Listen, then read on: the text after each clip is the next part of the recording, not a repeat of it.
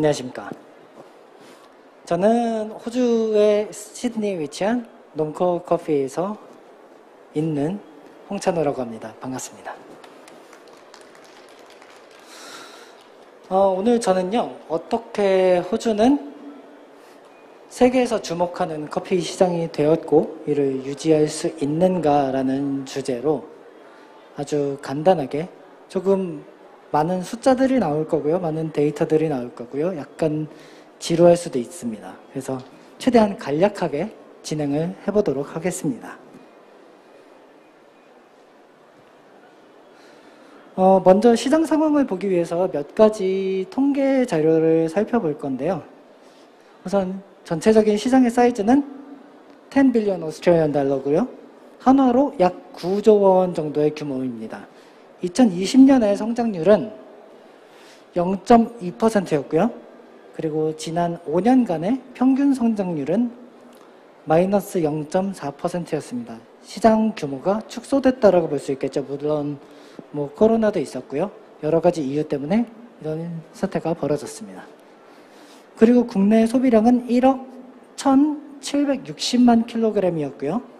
인당 소비량은 4.64킬로그램으로 전 세계에서 42위 규모에 해당하는 소비국가입니다. 생각보다 좀 낮죠? 그리고 한국은 1억 5,612만 킬로로 인당 3.02kg을 소비했습니다.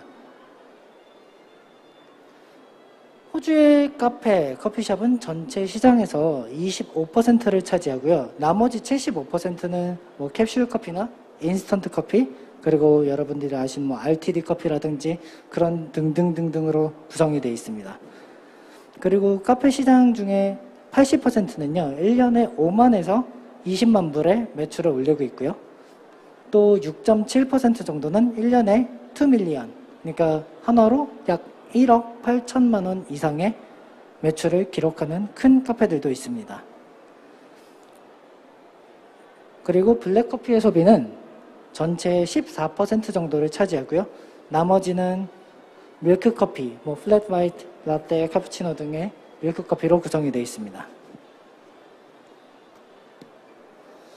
이 통계를 통해서 우리가 알 수 있는 몇 가지가 있습니다. 호주의 인당 커피 소비량은 그래도 높은 편이죠. 물론 전 세계에서 가장 높다라고 볼 수는 없지만 그래도 높은 편에 속하고요. 그리고 한국 시장 대비해서 53.6%를 더 많이 마시고 있다는 겁니다. 그러니까 흔히 얘기해서 커피를 마시는 사람이 한국에서 하루에 한 잔을 마시고 있으면 호주에서는 한 잔 반 정도를 소비하고 있다는 얘기겠죠. 그리고 커피 시장의 성장률은 예년에 비해서 좀 많이 줄었습니다. 성장률에서 보셨듯이 0.2%의 성장을 기록했고 작년에, 그리고 지난 5년간 마이너스 성장을 기록하고 있고요. 그래서 수요는 전반적으로 높지만 공급의 지속적인 성장으로 인해서 전반적으로 성장이 좀 둔화된 그런 시장이라고 볼 수 있고요. 약간 포화 상태에 놓인 시장이라고 볼 수 있겠습니다. 같은 측면에서 봤을 때 한국 같은 경우는 아직 포화 상태라고 하기에는 인당 소비량이 높지가 않기 때문에 아직까지는 그래도 성장할 수 있는 여력이 있다라고 볼 수 있겠죠. 이런 경제적인 상황에도 불구하고 여러분들이 이미 알고 계시듯이 호주는 미국이라든가 일본이라든가 중국, 유럽연합과 더불어서 세계에서 가장 주목받는 시장 중에 하나로 꼽히고 있습니다. 여러분들이 보셨듯이 소비 자체, 교역량 혹은 다른 그런 기타 이유들로 인해서 물론 과거에는 많은 영향을 미쳤겠지만 호주 커피 시장이 지금과 같은 위상을 유지하는 데는 가장 중요한 이유라고 꼽기는 어려울 것 같고요. 물론 당연히 우리가 이런 데이터들에서 보지 못하는, 보기 힘든 부분이 분명히 호주에 있다는 거죠. 자, 그럼 이제 어떻게 호주가 세계에서 주목받는 시장, 최고의 시장 중에 하나가 되었나를 봐야겠죠. 첫 번째는 이제 호주 시장의 강점입니다. 이제 제일 먼저 꼽고 싶은 거는 호주 시장의 강점으로 이제 호스피탈리티를 꼽고 싶어요. 우리가 흔히 얘기하는 테이블 서비스랑 카운터 서비스가 있는데, 테이블 서비스라고 하면 이제 보통 우리가 이제 좀 좋은 레스토랑이라든가 이제 그런 데서 볼 수 있듯이 뭐 웨이터나 웨이트리스가 테이블로 가서 손님을 응대를 하고 주문을 받고 또 다시 테이블로 이제 가져다 주는 그런 서비스 형태를 얘기하고요. 카운터 서비스는 한국에서 많이 볼 수 있는 것처럼 고객이 직접 카운터로 와서 주문을 하고 결제를 하고 경우에 따라서는 고객이 직접 뭐 음식이라든지 커피를 받아가는 혹은 서버가 테이블로 가져다 주는 정도는 할 수 있는 그 정도를 카운터 서비스라고 하죠. 기본적으로 호주는 테이블 서비스를 하는 카페가 엄청 많습니다. 왜냐면은 뭐 아침 식사, 브렉퍼스트나 아니면 브런치를 서빙하는 그런 매장들이 많고요. 그렇기 때문에 호주는 테이블 서비스를 하는 것을 선호합니다. 왜냐면은 테이블 서비스를 하게 되면은 강점 중에 하나가 이렇게 표현하면 조금 이상할 수도 있는데 조금 더 많이 팔기가 수월해요. 그러니까 그 테이블로 가서 사람한테 직접 이 사람이 원하는 걸 물어보고 이 사람의 니즈를 파악해서 이 사람이 예를 들어서 커피를 한 잔 마셨으면은 커피를 한 잔 마시고 음식을 먹고 음식을 다 먹은 사람한테 한 잔을 더 권하는 거죠. 그래서 더 권해서 이거를 더 먹게 하고 만약에 커피가 싫다 그럼 뭐 주스라든지 다른 것들을 이렇게 더 많이 팔 수 있는 그래서 객단가를 높이는데 큰 영향을 줍니다. 그래서 이렇게 또 매출을 늘리는 부분도 있겠지만 테이블 서비스의 또 다른 강점이라고 하면은 이제 고객들한테 맞춤형 서비스가 가능하다라는 거죠. 이 사람들이 원하는 포인트들을 잘 파악을 해서 그 사람들이 원하는 거를 제공해 줌으로 인해서 고객들의 만족도가 높아지고요. 그럼 결국 만족도가 높아진 고객은 다시 돌아와서 단골 고객이 될 수 있는 확률이 높아지고요. 그렇게 되면 매장이 더 수월하게 잘 돌아가겠죠. 그래서 어떻게 웨이터나 웨이트리스가 고객을 세심하게 관찰하고 그런 것들을 응대할 수 있는가 그런 부분들이 되게 중요하다고 할 수 있겠습니다. 그리고 이렇게 세심하게 관찰하고 하는 행동들이 결국엔 이제 개인화, 퍼스널라이제이션으로 이어지는데 뭐 호주에서 호주에서 바리스타를 경험해 보신 분들은 아시겠지만 되게 베리에이션이 많은 편이에요. 한국에서는 뭐 우리가 라떼를 시킨다, 카푸치노를 시킨다 그렇게 단순하게 끝나는 경우가 그래도 많지만 호주에서는 뭐 메뉴의 선택, 원두를 선택하고 뭐 우유 종류, 설탕 종류, 스팀 온도, 뭐 우유만 해도 사실 뭐 거의 7, 8가지 종류의 다른 우유를 제공을 하고 있고요. 그렇다 보니까 고객의 원하는 그런 베리에이션이 많고 거기에 따른 다른 응대와 다른 뭐 메뉴 제조 등등등이 이제 요구가 되어지고요. 그런데 이게 비단 커피뿐만이 아니라 음식의 영역으로 넘어가면은 더 다양한 옵션들이 존재하겠죠.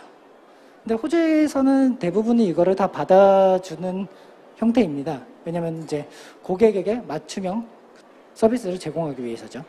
단순히 이제 뭐 고객에게 인사를 하고 주문을 받고 메뉴를 만들어준다는 것가 아니고 고객과 소통을 하고 이를 바탕으로 고객이 원하는 고객에게 최선의 서비스를 제공해준다는 겁니다.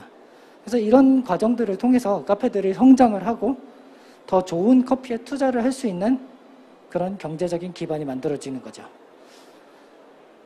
그리고 또한 이제 다양성을 주요 강점으로 꼽을 수 있는데 워낙 다양한 인종의 사람들이 있고 이런 사람들이 모여서 서로 커뮤니케이션을 하면서 좋은 방향으로 발달을 하는 그래서 어떻게 보면 좀 편협한 측면이 아니고 다양한 의견들을 수용해서 모두가 같이 발전할 수 있는 그런 기반을 만들어내는 그런 문화가 자리 잡고 있는 게 주요 강점이라고 볼 수 있겠습니다.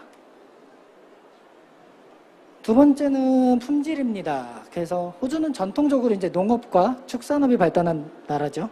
그래서 어렸을 때부터 이제 좋은 품질의 농산물 그리고 축산물을 여기에 노출돼서 평생을 살게 됩니다. 그래서 이런 것들이 기반이 되다 보니까 요식업이 좀 발달하게 되고요. 그리고 쉽게 이제 동네 슈퍼마켓에서도 좋은 품질의 야채, 채소, 과일, 뭐 고기 등등을 구할 수 있죠. 뭐 이 얘기는 단순히 이제 제 개인적인 주장은 아니고요. 이제 호주 스페셜티 커피 회장이었던 브렌트 윌리엄스가 맞았던 얘기인데 좋은 식재료가 많기 때문에 기본적으로 사람들이 좋은 품질을 지속적으로 경험할 수 있게 되고 이는 이제 사람들로 하여금 좋은 품질이 뭔지 우리가 배워서 아는 게 아니라 경험적으로 어떤 게 좋은 품질이고 어떤 게 나쁜 품질인지 자연스럽게 인지하고 알게 된다는 거죠. 그렇게 이제 학습이 되게 되면 이게 이제 되게 중요한 포인트인데, 호주의 커피 소비량은 전 세계에서 42위라고 아까 말씀을 드렸었죠. 근데 이거를 스페셜티 커피 시장으로 줄여서 보게 되면은 전 세계에서 15위입니다. 42위에서 15위로 껑충 뛰죠. 이 얘기를 다르게 풀면 무슨 말이냐면, 호주의 소비자들은 좋은 커피가 뭔지 자기네들이 뭐 Q 그레이더를 따고 어떤 그런 것들을 커리큘럼을 배워서 아는 게 아니고, 본능적으로 이게 좋은 커피구나, 이게 맛있는 커피구나라는 거를 본인이 알고 있다라는 얘기죠. 알기 때문에 거기에 대한 수요가 증가되게 되고요. 수요가 증가됨에 따라서 그린빈 바이어든 로스터든 좋은 품질의 커피를 들여와서 더 많이 사람들에게 제공하려고 하는 노력을 하는 거죠. 그래서 이게 이제 호주 시장의 진짜 이제 좀 강점 중에 하나라고 생각한 이유는, 이제 커피 애호가든지 아니든지 뭐 많이 마시는 사람이든 적게 마시는 사람이든 이제 좋은 품질에 대한 본인들의 기준들이 다 있고, 또 그런 기준을 따라서 개인의 취향이 있고요.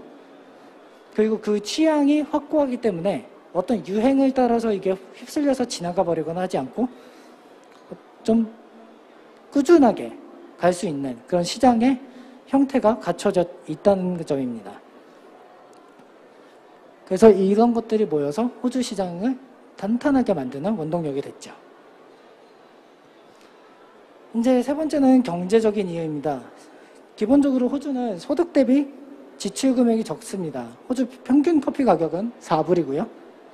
호주인들의 평균 연봉은 63,000불입니다. 하루에 한 잔을 마신다는 이제 가정에 연봉의 2% 정도를 커피 가격으로 지출하고 있습니다. 한국은 2.43% 정도를 지출하고 있고요. 지출 금액이 적다라는 것은 더 높은 빈도로 커피를 마실 수 있게 만들거나 혹은 더 좋은 커피를 마시기 위해서 지출할 수 있는 본인의 캐퍼시티를 올린다는 얘기이기도 합니다. 그리고 또 하나는 인플레이션 레벨이 아주 안정적인데, 글로벌의 3.24% 인플레이션 레이트일 때 호주는 1.53%였습니다. 그리고 GDP를 보게 되면 글로벌이 1.72%일 때 호주는 1.98%였습니다. 결론적으로 고객들의 구매력이, 연봉이 상승하고 그렇게 고객들이 지불할 수 있는 구매력이 증가되는 거에 비해서 물가의 상승이 어느 정도 안정적으로 제어되고 있다는 얘기겠죠. 그래서 이거는 고객들로 하여금 더 좋은 품질에 대해서 더 많은 돈을 기꺼이 지불할 수 있는 기반을 만들어주고요. 그리고 이런 좋은 기반이 있기 때문에 호주 시장 자체가 세계 커피 시장에서 평판이 올라가게 되는 기반이 되었습니다. 그래서 결론적으로 소비하는 양과는 좀 별도로 커피 시장에서 영향력을 행사를 하게 됐죠. 그래서 뭐 인구수도 낮고 뭐 소비력도 어느 정도 좀 중간 정도고, 멈춰있는 경제 성장률, 오히려 지금 내려가고 있는 경제 성장률이지만 뭐 좋은 품질에 대한 진정성이든지 아니면 맛있는 커피뿐만 아니라 이제 더 나은 사회적 가치를 추구하는 호주의 문화, 그리고 이를 뒷받침해주는 그런 경제적인 부분들이 호주를 세계 커피 시장에서 최고 중에 하나로 만들게 되었다는 얘기입니다. 그러면은 호주는 이 지위를 어떻게 유지를 하고 있을까요? 먼저 이제 산업 구조입니다. 이제 한국 같은 경우는 이제 샵 안에서 로스팅을 해서 직접 소비하시는 분들도 많고, 그래서 마이크로 로스터들이 많죠. 근데 호주는 한국과는 다르게 조금 큰 회사들이 이거를 업계를 이끌어가는 구조로 되어 있습니다. 그래서 뭐 한 주에 뭐 5톤, 8톤 아니면은 한 주에 뭐 진짜 몇십 톤씩 로스팅을 해서 납품을 하는 큰 회사들이 소규모 카페들에 납품을 하고요. 그런 큰 회사들이 산업 전반을 이끌어가는 구조로 되어 있습니다. 그래서 이걸 다르게 얘기하면은 이런 큰 회사들은 그만큼 들어오는 수입이 크기 때문에 연구개발이나 아니면 투자라든가 그런 부분에 더 많은 재정을 소비할 수 있겠죠. 그리고 자본이 있기 때문에 다양한 기술이나 장비 등에 대해서 빠른 채택과 적용을 할 수 있는 힘이 있고요. 그리고 ATO는 호주 국세청은 이제 카페나 커피숍 등에 대해서 약 25% 정도의 인건비 기준을 제시하고 있는데 보통 스페셜티 커피 회사들은 30에서 35% 정도를 사용하고 있습니다. 그만큼 인건비, 특히 인적 자원에 많은 투자를 한다는 얘기이기도 하죠. 많은 분들이 호주에 대해서 되게 부러워하시는 부분 중에 하나, 그 호주의 최저시급은 현재 20불 33센트입니다. 평균 바리스타 시급은 그 한국으로 치면은 뭐 알바몬 뭐 그런 잡코리아 같은 사이트 기준으로 평균 바리스타 시급은 25.82불이고요. 최저 시급 대비해서 27% 정도 더 높죠. 그리고 이 시급이면은 일주일의 소득이 1,032불, 연간 약 5만 4천 불의 연봉이 됩니다. 한국 돈으로 치면 한 4,900만 원, 5천만 원 정도 되겠죠? 급여 수준이 생각보다 좀 높을 수도 있는데 높은 대신에 일을 그만큼 더 많이 시킵니다. 좀 이렇게 표현하면 좀 그렇지만 되게 빡세게 굴립니다. 뭐 저희보다 더 바쁜 매장들도 많은데 저희 매장 같은 경우에는 뭐 코로나 락다운 전에 일주일에 한 80kg 정도 월요일부터 금요일까지 80kg 정도를 이제 소비를 하는데 80kg를 소비를 할 때 시프트에 있는 바리스타의 숫자는 3명이에요. 한 명은 샷을 뽑고요. 한 명은 밀크를 하고요. 한 명은 서빙을 하는 일을 하죠. 그러면은 한 명이 커버하는 커피 양이 어마어마하게 좀 많고 그만큼 노동 강도도 엄청 세다라고 볼 수 있겠죠. 물론 일이 이렇게 힘들지만 급여 수준이 전반적으로 높기 때문에 이건 경제적인 측면에서 큰 동기부여가 되기도 하고요. 그리고 이 프레셔를, 이 업무 강도를 소화하기 위해서 개개인의 능력이 반드시 향상되어야 되는 측면이 생깁니다.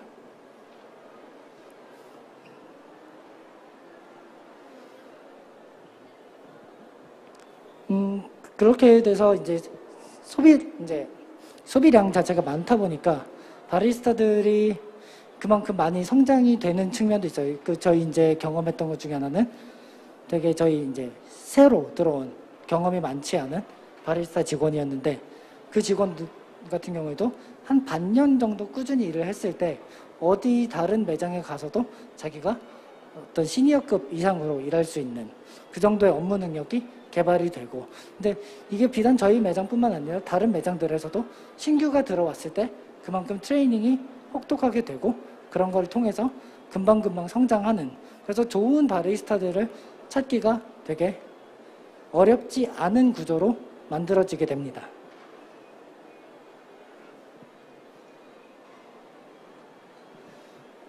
그래서 호주 같은 경우에는 인적 자원에 많이 투자를 하고요. 그리고 이제 사회적 가치를 되게 중요하게 생각을 하는데 그래서 사회적 트렌드 이제 변화를 이제 시장을 더 높은 가치로 이끌게 되고요. 그리고 소비자의 이제 시장 트렌드의 변화가 산업을 옳은 방향으로 행동할 것을 이제 계속 푸시를 하죠. 그리고 산업 트렌드의 변화는 이 요구에 대응해서 이 요구에 합당하게 부응하는 방향으로 선순환되는 구조를 가지고 있습니다. 그래서 이러한 현상이 되게 호주 시장이 꾸준히 좋은 방향으로 돌아가게끔 만들어주고 있고요. 그리고 이런 내수 시장의 상황을 바탕으로 또 연구개발과 투자 등의 많은 재원을 사용해서 더 경쟁력을 높이는 데 확장시키는 데 사용하고 있고요. 그리고 이런 기반을 통해서 호주는 다양한 커피 대회, 뭐 바리스타 챔피언십, 브러스컵, 굿스피릿 챔피언십, 라떼아트 챔피언십 등등 많은 커피 대회에서 월드 클래스들의 바리스타들을 배출을 했습니다. 현재까지 호주는 총 10명의 월드 챔피언을 보유하고 있고요. 뭐 파이널리스트나 세미파이널리스트로 그 범위를 넓힌다면 숫자는 훨씬 더 많아지겠죠. 이렇게 해서 단순히 이제 좋은 커피를 좋은 컨셉의 시연을 선보이는 게 아니고 새로운 아젠다를 설정하는데 많은 노력을 기울입니다. 예를 들어서 뭐 수율에 대해서 뭐 2014 2003년도 WBC에 맵허거가 했던 EK43 그라인더를 가지고 와서 뮤테이션 댐핑과 더 미분이 적은 그라인더를 사용함으로써 어떻게 수율을 더 높여서 더 좋은 에스프레소를 뽑아낼 수 있는가, 뭐 그런 내용들. 그 뭐 2012년도 브루스컵에서 사용했던 뭐 미분을 제거해서 더 클린하고 더 깔끔한 브루잉 커피를 만드는 방법.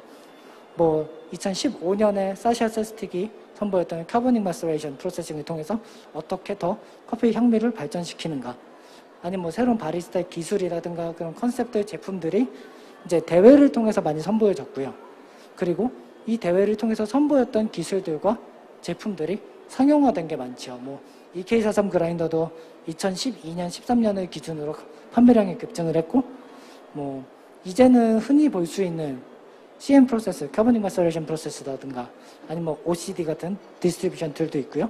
그리고 뭐 저울에 사용하는 스탠드 등등 이제 산업 전반적으로 새로운 블루오션을 만들어내게 된 계기가 되었습니다. 그래서 호주 커피 시장은 이제 전 세계 커피 시장에서 새로운 방법이라든가 길이라든가 그런 것들을 제시함으로써 혁신을 주도적으로 이끌고 있습니다. 자, 이제 결론입니다. 별로 재미가 없으시죠? 호주의 자연환경과 사회적 기반은 이제 호주 시장으로 하여금 어떻게 세계 최고의 반열에 오를 수 있는지 그런 기틀을 마련해 줬고요. 그리고 이제 호주의 사회적 가치는 이제 산업 자체가, 커피 산업 자체가 앞으로 전진할 수 있게끔 만들어 줬습니다. 그리고 연구 개발에 대한 투자, 인적 자원에 대한 투자가 큰 기업 주도로 잘 이루어지고 있고요. 그 큰 기업 주도로 이루어진 투자는 이제 다른 작은 회사들로 또 이렇게 전달이 되고 있고요. 그리고 이런 경쟁력은 커피 산업이, 호주의 커피 산업이 월드 클래스 수준에 이를 수 있도록 잘 이끌어줬고요. 그리고 새로운 아이디어들과 인사이트, 그리고 이런 것들이 국내 시장, 호주 국내 시장과 세계 시장에도 영향을 잘 미치고 있습니다. 그래서 윌리엄 A. 포스터는 말을 했죠. 퀄리티는 절대 우연히 일어난 일이 아니다. 이는 고도의 목적과 진정한 노력, 현명한 방향과 기술적인 실행의 결과로 수많은 대안 중에 가장 현명한 선택을 대변한다. 뭐 다른 질문이나 의견이 있으시면 나중에 따로 말씀해 주시면 감사하겠습니다. 이상 마치겠습니다. 감사합니다.